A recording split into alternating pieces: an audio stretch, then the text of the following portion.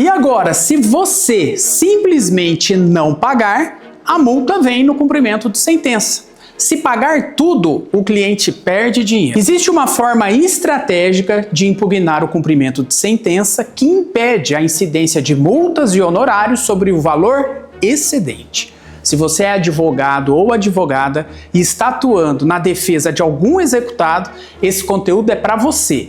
Eu sou Alessandro Meliso e hoje no episódio 6 da série Cavalo de Troia vamos falar sobre o excesso de execução na prática. O seu cliente acabou de ser intimado para pagar uma dívida em 15 dias sob pena de multa de 10% e também de honorários advocatícios. Desespero bate, mas quando você olha o cálculo do credor sacana, percebe que o valor está muito acima do que foi decidido na sentença, que é o título executivo do caso concreto. E agora? Atenção aqui, ó, o tema de hoje é o excesso de execução no cumprimento de sentença, especificamente focado no artigo 523 e 525 do CPC. Este é um sistema de defesa auxiliar da execução que pode salvar o fluxo de caixa do seu cliente. Olha só, primeiro ponto que eu quero tratar com você. A partir do momento em que transitou em julgado a sentença condenatória, o exequente agora tem o prazo para iniciar a fase do cumprimento de sentença. E essa fase inicia com uma petição do exequente e essa petição é instruída com a planilha de crédito, com a planilha da dívida atualizada. A partir desse momento, o executado tem que ser intimado para efetuar o pagamento no prazo de 15 dias. Decorrido o prazo de 15 dias para pagamento, surge a oportunidade do devedor apresentar impugnação ao cumprimento de sentença, que é a defesa tradicional quando o título for judicial. E muitos advogados cometem o erro de alegar excesso de execução por intermédio da impugnação ao cumprimento de sentença sem observar o artigo 523, parágrafo 4º do CPC. Preste atenção nisso. Então vamos lá.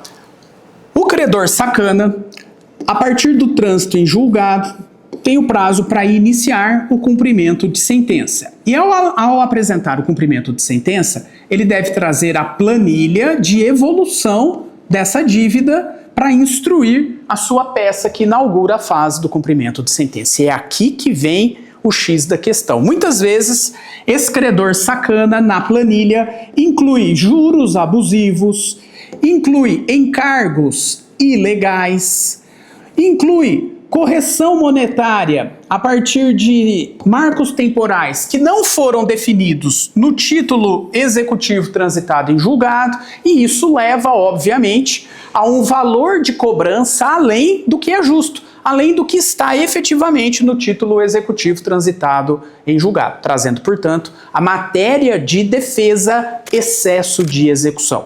E a via adequada para alegar esse excesso de execução é através da impugnação ao cumprimento de sentença. Agora, atenção nesse segundo ponto que eu quero trazer para você. Imagine a seguinte situação. Imagine que o valor correto da dívida atualizada, segundo os encargos, os termos estabelecidos no título executivo judicial transitado em julgado, seja uma execução cujo valor será de R$80 mil. Vamos arredondar aqui para ficar bem prático o exemplo. No entanto, o exequente, ao apresentar a sua planilha de crédito, ele inclui juros e correção monetária além do previsto e a juíza inicia a fase do cumprimento de sentença com uma planilha onde a evolução da dívida é no valor de R$100 mil.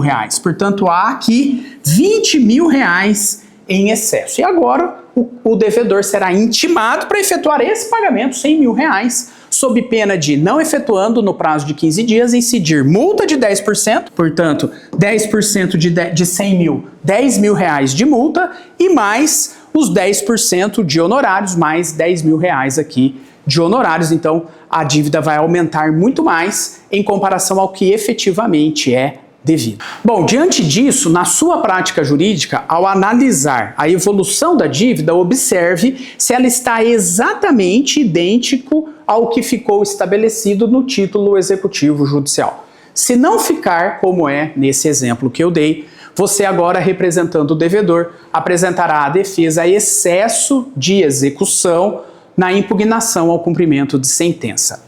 Mas, ao fazer essa defesa, Você deve também apresentar uma planilha de evolução da dívida. E nessa planilha de evolução da dívida, você vai apresentar a evolução de forma correta. E, portanto, você vai apresentar ao juiz qual é o valor correto do cumprimento de sentença no caso concreto.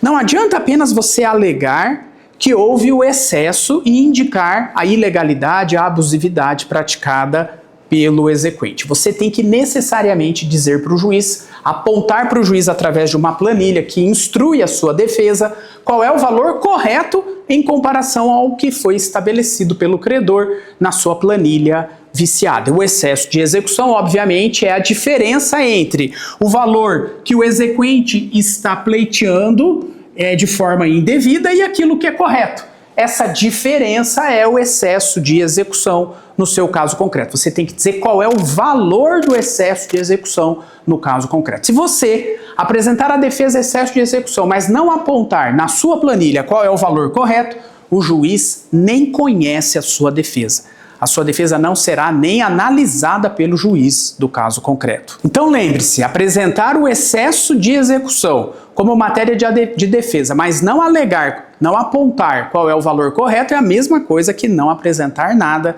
o juiz nem vai conhecer a sua defesa. O último ponto importante, aqui vai como um bônus para você nesse conteúdo que eu estou te entregando.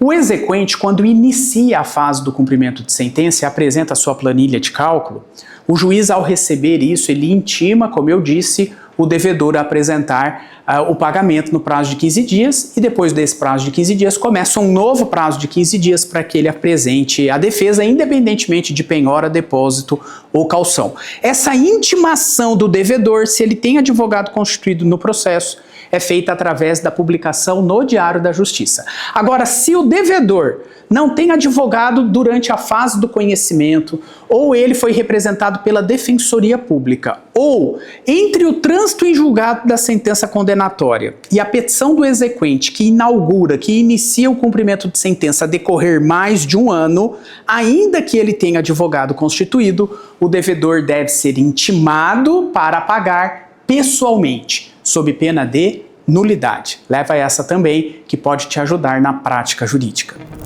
Esse foi o Cavalo de Troia de hoje. E lembre-se, essa é uma série. Cada vídeo é uma lição prática para você colocar aí na sua execução. E assistindo a todos os episódios, você terá um arsenal completo para atuar na defesa de qualquer pessoa executada na prática jurídica. Se você é advogado e quer atuar com estratégia, segurança e resultado, então se inscreva aqui no meu canal e ative as notificações. Aqui eu trago um conteúdo que não improvisa na defesa do executado.